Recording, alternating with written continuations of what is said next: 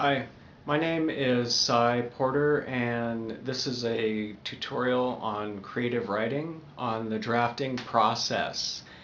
And the drafting process is an approach to writing where you start at the starting point and keep writing and don't stop or go back until you're at the end.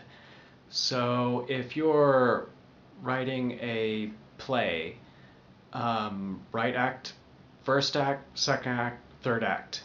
And when you're done, that is first draft. And then you go back and you do second draft, third draft. How many ever drafts you need to write.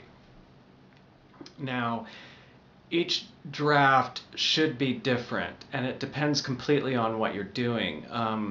When I started my graphic novel, my first draft didn't have words, it was all pictures. So, I started at the beginning and I had very foggy ideas about what I wanted the story. I had clear ideas about what I wanted the story to be about, but the particulars of the story I had very foggy ideas. And I had foggy ideas about what order certain events in the story should take place.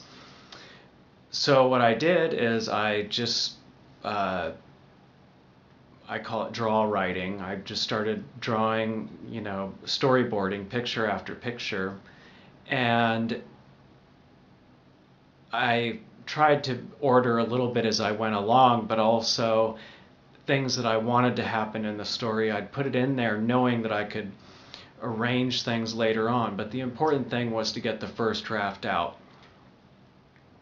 And one reason that drafting is very helpful is continuity, and it's about working evenly over the entire project. So it can really be a problem in storytelling to become too concerned with certain parts of the story and to have your attention not evenly covering the entire story. It creates continuity to go through the entire story.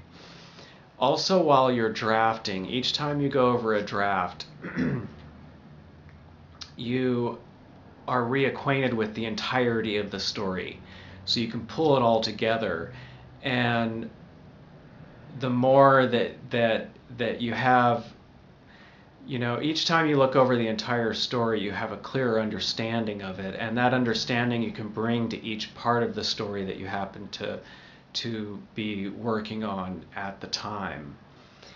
And with a draft, you can also limit what kind of things you're going to do with that draft, because you can do, if you're trying to do a lot of things at once while you're writing, you're not going to be as effective if you're, really deciding what you're going to do on that draft. I call first draft madness, and second draft was really concerned with reordering and then making sure to just absolutely put everything in there that I thought might have anything to do with the story. All of the between starting first draft and starting second draft, I had ended up with many notes about things I wanted to add. And I'm not saying that that's what you should do with your second draft. I'm giving examples of kind of each time you start a draft, kind of have a strategy in mind. Third draft for me was really about eliminating, and by kind of having a good strategy about how you're going to work the draft can make it very effective. The drafting approach can really be is good for eliminating writer's block, because if you have a story that you want to write and you get hung up on one about, you get stopped along the way by, exactly how you're going to work out one scene, the rest of the story, meantime, is suffocating. But if you decide to pass up working on that scene to go to the next one to keep it moving, or to try a couple of attempts to make it work better and then just move along and leave it for the next time you pass that way, then the rest of the story doesn't suffer and you won't get a writer's block at that point. When working, insisting upon going from start to finish and not stopping along the way, but making, you know, basically it's like a scan of the entire work, and trying to improve each part of it along the way, but to keep moving is also very effective for getting the timing right. Timing is very important, and timing is something that techniques for timing are difficult to put into words, but by doing it in a drafting process where you don't stop along the way, that is essential for good timing. Also, what you're doing is you're writing the story the way it is going to be read. When someone reads a story, they don't get hung up on parts. What they do is it's kind of like they're going on a journey. They start at the beginning and they go through, and the things that they pass, that they see along the way, that's the way they experience the story. And if you're writing the story that way, that's much more where your focus is at, and it's going to make the story resonate much more, resonate strongly with the reader. I hope my tutorials are useful to you. I post them to get the word out about a story I'm working on at solomation.com. I post free episodes of my illustrated story, so if you have a few minutes, please check it out. Thank you, and I hope your next writing session is a good one. So while you're writing, if you do get stopped at a point and lose the momentum of the drafting process, one of the first things that happens is that that information you have in the back of your mind about what happened earlier than the event you're working on in the story, and what's going to happen in the story, that information in the back of your mind starts to dim and fade away, and that right there diminishes the effect of good timing in writing. Perfectionism usually doesn't work because it shows up at the wrong time. You can be a perfectionist when you're on, third or fourth draft, when you're starting to fine tune and tweak the story. That's when perfectionism is really helpful. But if you're trying to be a perfectionist when you haven't even gone through a complete draft yet, that's it showing up at the wrong time. It's going to get in your way. It's going to stilt your creativity and distract you from. You need a wider scope especially when you're starting out.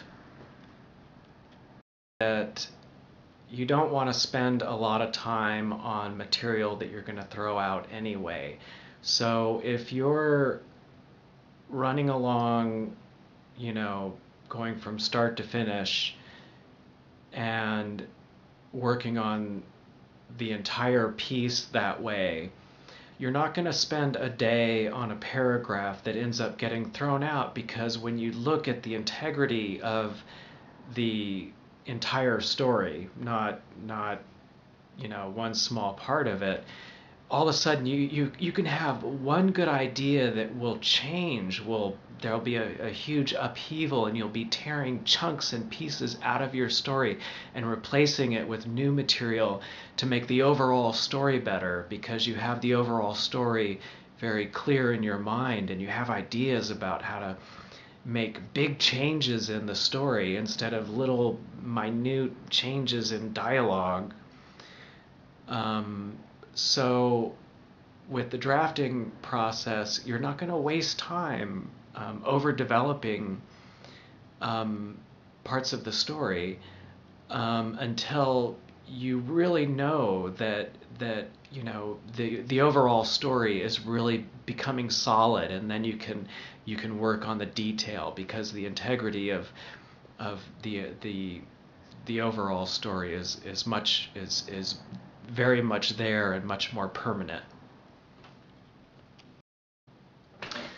So the way to do a draft is, before you start, write down exactly what you want that draft to be. You're going to say, this is my second draft, and in this draft I want to include and work with all story possibilities that have come to mind so far that I want this story to be, and I want to work on ordering the story so that the events that are essential to this story, I take a look at when they take place in the story. So that'll be for draft 2.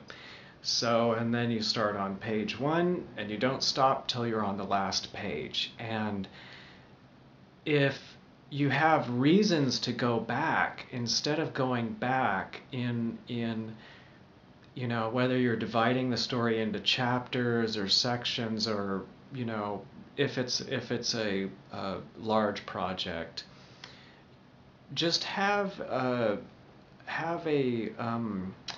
in the computer, I have a text document in each chapter that if I have an idea about chapter 3, I just go to that text document in my chapter 3 folder and I'll say, do this and this and this. And then I'm back to chapter 6, because that's where I'm at in the drafting process. So I don't actually go back to chapter 3. I won't go back until I'm in third draft.